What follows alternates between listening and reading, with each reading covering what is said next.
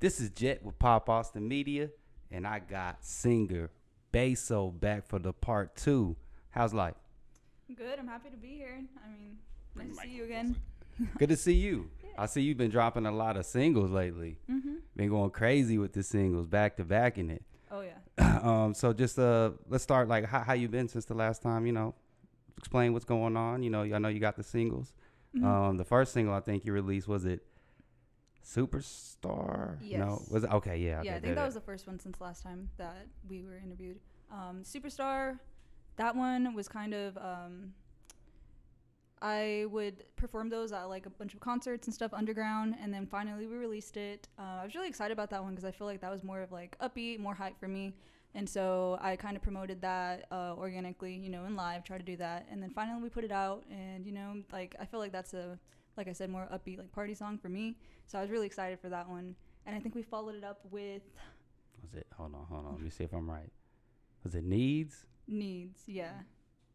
We did that one as well. Yeah, I think it was either Needs or Honey. I'm trying to see which one it was. Honey isn't even out yet though. I saw. Okay, then ain't released yet. I didn't say. Okay, you're right. I didn't see that on the Needs. I saw that one out there. So okay, it must have been Needs then. I think. That one's more like a slower R&B. Honestly, we kind of just had fun with that one. Just kind of more like, what would you say? Just like more R&B, sensual, like. That was just a fun one that we did late at night at North Austin, Spitshine. Spitshine, man. A lot of people been going Spitshine lately. Oh, yeah, that's a go-to. Spitshine's been getting hella clientele. I'm always going to rep Spitshine, for sure. I heard they went up on their prices, though. Yee's going to start going. Next thing you know, Blink 75. Like, okay, let's talk real quick. But go ahead, my bad. Oh, no, you're good. Yeah, we did that. And then you mentioned Honey. That was just a sneak peek that we did. We're still working on the video, but I'm really excited for that one. If you guys haven't heard it, go ahead and go on my Instagram at Beyonce Sullivan. Yeah, like, I'm really excited for that one. We're planning big things for that, so. And then your most current one's the one. Yes. Pun intended. Current. The one. Yeah, the one. Talk about that. We played that on our live show on Music Mondays. We'll be doing one later. Whenever you're watching this, though, it probably doesn't really matter. But so talk about that. So yeah, that was with Project Baby JV. Let me just give you like the background story on that. So the first time I actually ever met him was like last year. Whenever I first went to Spitshine, he's actually the first artist that I have ever heard from at Spitshine. So like I said, whenever he was like interviewing SK, he would interview. Well, not interview. What's the word? What? He would intern at Spitshine, so I'd go to sessions, and he was actually, Project Baby JV was the first artist I ever heard. Him and Jamal was working on like Face Off, their album, and I remember I walked into the room knowing nothing, and I just sat down and I was just like, this is amazing. Like, this guy is crazy. Like, I thought he was already famous, you know what I mean? Like, he has that quality, he has that sound. Yeah, that vibe too, yeah, right? like as soon as I heard his voice, I was like, one day I'm gonna work with him. And then finally, like a year and a half later, like we were kind of in the circle, and then we've done a show together. And then how he got it is the last show we actually performed in Austin at the Crew Lounge. He was performing as well, and then we were just like, hey, like how long are you gonna be in town? Because he goes to Houston pretty often. So then we're like, oh, do you think you can do a feature for us for like a song? And then he was just like, yeah, for sure. And then he was quick with it. I think it was like that weekend, that Sunday or something. He came down. Yeah, it was literally the next day. He came to the studio, and we had an original beat, and we were just listening to it, and he was like, oh, I want to hear something else. And I had already done this song by myself, so we just played it for him, trying to see what he thought. And he just nodded, the nod of approval, and he was like, yeah, this one. And he went in there, and he just freestyled everything. And it was just a great vibe, great time. And as soon as we came out, we were just like so happy, because we knew, like, we just felt really good about it. We were like, yeah, this is the one. Did he get literally? Is that why you named it the one? No, I'm playing. No. Did he get taken off in a sense, like how strong your voice is?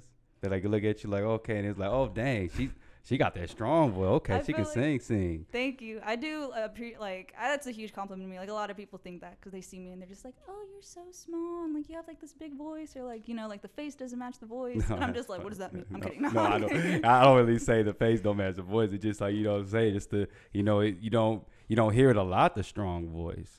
There's only so many of them, even in the entertainment industry and as a whole. Oh, think about it. How many can you think of off the top of your head? You got Ariana. Oh, who Ariana. else? You got Ariana. What else? Whitney Houston too. There's like these petite women that I'm talking about currently too, though. Like there's probably one. Christina in the day. But go ahead. Christina. Oh, I Yeah, love Christina. yeah, that's my Christina. That was my crush. Really? Yeah, that was my crush. Christina, if you're hearing this. Yeah, like creeper. I know to stay away from this guy. So the one I really rock with that.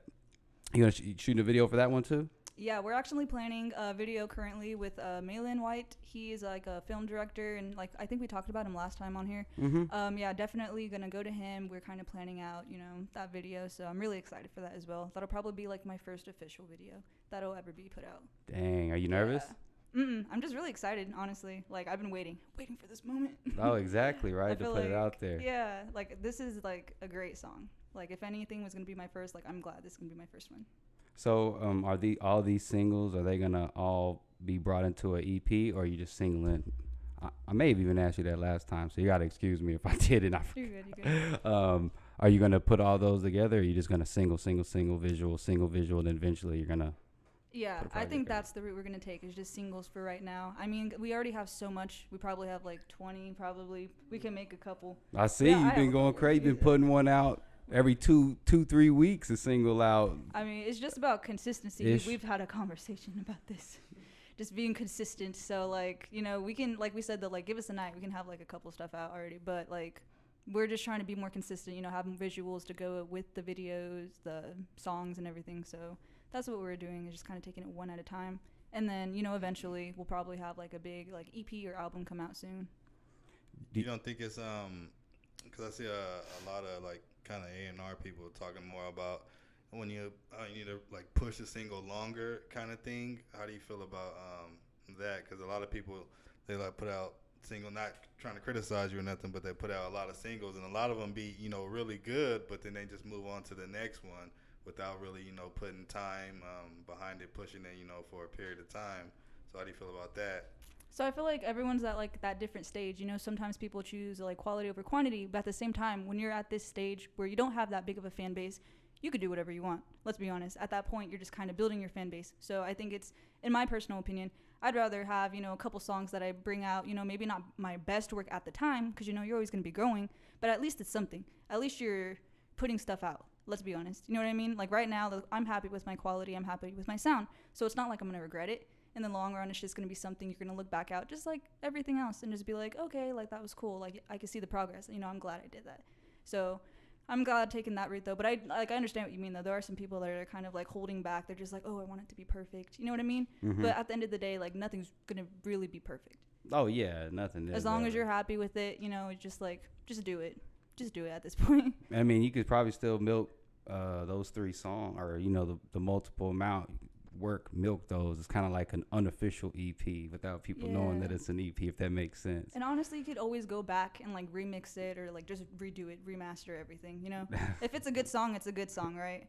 Oh yeah, that is funny. Some of those songs do take off late, like the Lizzo song, or whatever, for your name, tripping. The studio content, what do you are you gonna start doing more of that? I see you've been doing some behind the scenes. Yeah, we're trying to get, like I said, last time we talked, I was trying to build our team together. Now we have, like, a good lineup. We got Malin. We also got Connor. I say Steve. Why did I say Steve? We got those names Connor. are so close. So, yeah, we got a nice team going on. I'm really excited for that. So I'm trying to get more visuals, like I said. I know right now I'm been kind of dead, but, life happens. a lot of personal stuff has been happening. Very happy though, but. Oh yeah, okay. Yeah. I mean, life, but I mean, use that outlet in your music. Oh yeah. I was about to say. Did you happen to catch the that verses, the Marion and Mario verses? Probably don't even know. I'm guessing not. Do you know what the verses thing that they do, or you never heard of verses? What do you mean?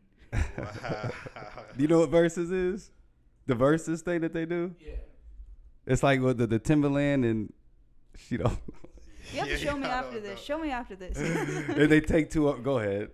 Well, I mean, just if you ain't seen it, but a big thing was, because I guess Omarion and Ray J, they were singing, but they were messing up like on their vocals. I guess they weren't hitting the notes, so that was kind of like a big, trending topic. But if you didn't see it, you didn't see it. But I just want to ask what you thought about that. Oh no, you guys can definitely show me. I'll tell you after. Yeah, it was pretty funny. In general, like, what do you think about that though? Like, was it live or like? Oh yeah, it's live. They take usually there's two sides, one stage, and then one artist does a song, and the other artist is like, all right, top that. So it'd be like, I'm just throwing names. Nelly and Ludacris would go against each other. They probably even did that before it was like during pandemic, but that's kind of what they do. So it's like a back and forth, 20 for 20. That's what I call it, verses. So they're just, on stage off key. But what do you think about just people singing off key? Would that turn you off? It happens. But what if they're like, do that. no, I know, but I understand it happens. You're gonna go off key. But if you've seen an artist and like you've seen them 10 times over the past like 6 months, you just come across somehow y'all on the same show, and this person just never gets better. Would you just be like, God dang, you gotta come on now? I feel like your voice is an instrument. You definitely gotta do something about that. Or figure out a way to do it right. Yeah. I mean, they're professionals at the end of the day. They're getting their money. They're going to get those views. You know what? Maybe it was a tactic. Who knows? Maybe we're just talking about it, and maybe it was planned. I don't really know. They was thrown, too. I think alcohol had a lot to do with it, especially Ray J. Oh. He was drunk as heck, but having a good time. I was going to ask for rollout for albums, but I think that's kind of the same thing, like rollout for content. You said about staying consistent. Do you think that makes it tough? Because like you almost kind of build a whole vault of things up and then go, okay, now I can push the button to learn how to stay consistent and giving them to keep seeing your name and face and all that. Yeah, because basically like every artist, it's its own brand, it's its own business. You got to be consistent. You got to be putting your stuff out, trying to get everyone engaged and involved, kind of updated. So like I feel like that's definitely a part of the process before you drop something, is like definitely making sure everyone knows like release dates, what's coming up next, and consistency is a huge thing.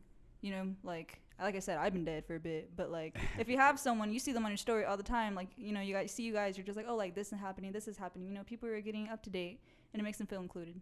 When you say dead for a bit, do you think it's more on the social media front of just letting them know on the promo tip? Oh yeah, it's the social media for sure. Because like behind the stage, like because it looks like you're working on music still, but it's just more of you just being out there. Mm-hmm. I mean, it's that balance you got to figure out too, because you got to figure out how to not be too accessible, but at the same time be in their face enough. Yeah.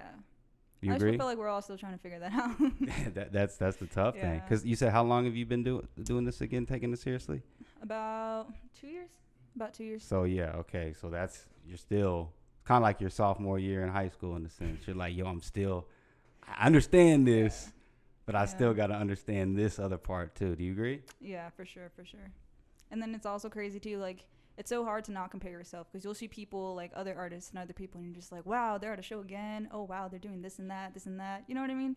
So also it's like it's a competitive, but at the same time it's like, okay, you got to understand like everyone's on different levels, everyone's doing their own thing. But I do believe like everyone's success is going to come to them at their own time. Whatever they deserve, whatever they work for is like what they're going to get. Do you still think the radio is important? Radio? Yeah. I think so. I mean, personally, I don't listen to the radio that often, but I definitely think that's a huge platform. Like, you can just tune into any city. There's, like, that one hip-hop station, like 106.1, like, 102.9. Like, everyone's going to hear that at some point. It's very mainstream, but, especially if you're just, like, out in public, like, at the grocery store or somewhere at an appointment, what do you hear? The radio. Yeah, although I think a lot of them now are playing Pandora. They said Pandora took over that. Really? So the radio's really, like, the only thing when I think about it, just the main market radios, New York, LA, maybe Miami.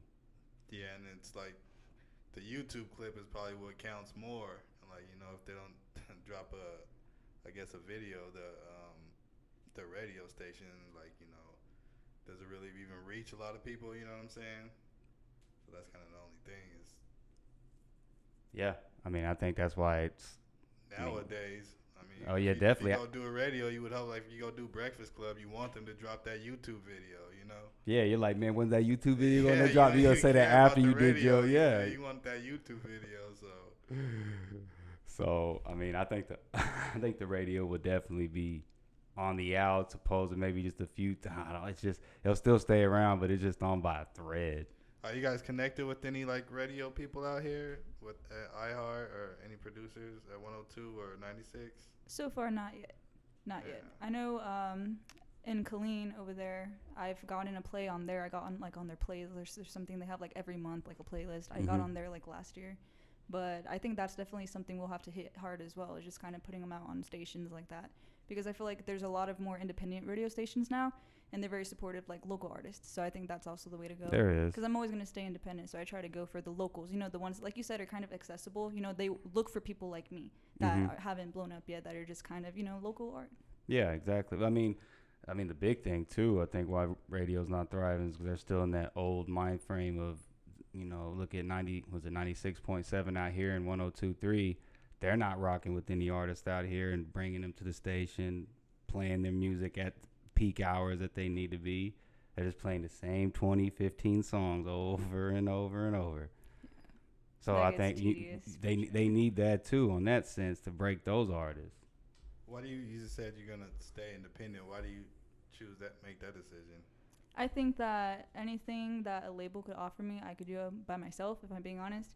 I mean, when I think of a label, you know, there's all these connections, you know, they kind of give you promises like, oh, we can do this for you. But at the end of the day, I'm like, okay, I think I can also do it for myself, because it really is all about that one-on-one connection. If you like work hard, you're going to put your name out there, people are going to like you. You can make those organically by yourself. I don't need anyone to be like play telephone for me. Like, I can do that myself. You know what I mean? I want to work hard and get to that point where they can just hear my name and be like, oh yeah, I've heard of her, or I've worked with her, she's great. You know what I mean? So I feel like that's something like money. A lot of the times, you know, they promise them like a certain amount of money, and it's really not worth that art that people are actually putting out there. I feel like a lot of people devalue themselves. And so they'll definitely see a check and they'll be like, oh yeah, like I'm struggling right now, I want that right now. But that's only the beginning. I feel like there's so much more out there, and they kind of take advantage of people like that. So they try to give them these small offers, even though, like I said, they're like way more valuable. Oh, definitely. You're underselling yourself the whole time normally when you go that route, but I think what you take in return is the marketing. If this makes any sense, what keeps your inspiration? My inspiration? To like inspire to do music, because you say real life stuff happens, personal things. So what keeps you to keep going and being like, okay, because even a lot of artists, is being real, have the South by slump. After South by, that was a big thing, right? And now it's just kind of like, what am I doing now? Exactly. So like, what do you think of, you know, what keeps your inspiration? Definitely my family, my music family, my personal family, like those connections. Like, I feel like as humans, we kind of crave this type of fulfillment, right? So I feel like with music, that's where I find my self-fulfillment. It's something I enjoy, something I'm good at, something, you know, that I know that is going to be consistent for like the rest of my life. I'm always going to have this to lean on. So for sure, like knowing that this is the one thing in my life that's going to stay the same, even though everything around me is changing, you know, it's that security for me. Oh yeah, that does. You got that, what you call it, the nucleus, it keeps you together, whatever. Not making any damn sense. Blow it over here. Yeah, like definitely, like I want to be the best at this. If anything, like, you know, in life, I'm gonna try to be the best that I can as an artist, as a singer. So I don't know if he asked this last time or if I asked this. Where do you see yourself in 5 years? In 5 years, did I answer this?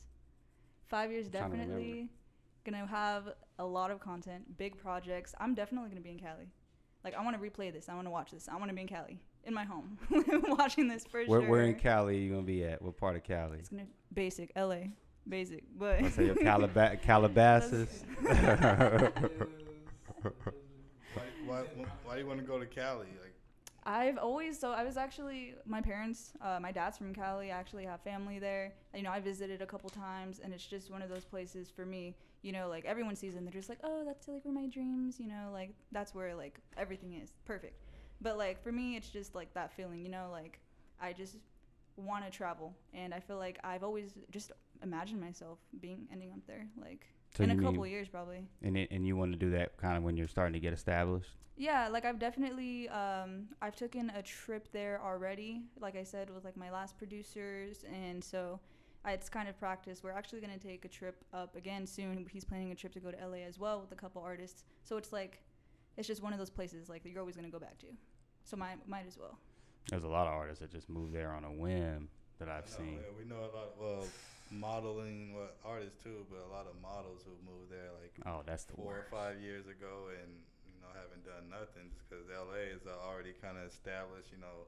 Unless you have a major connection or you're a child of somebody who's, you know, Or if you're established, it's kind of hard, you know. Oh yeah, it's definitely like super competitive. Especially with like Atlanta popping up and Austin moving up and other kind of cities trying to make a push. You know, it's like I don't know. Yeah. Have you been to Lake Travis?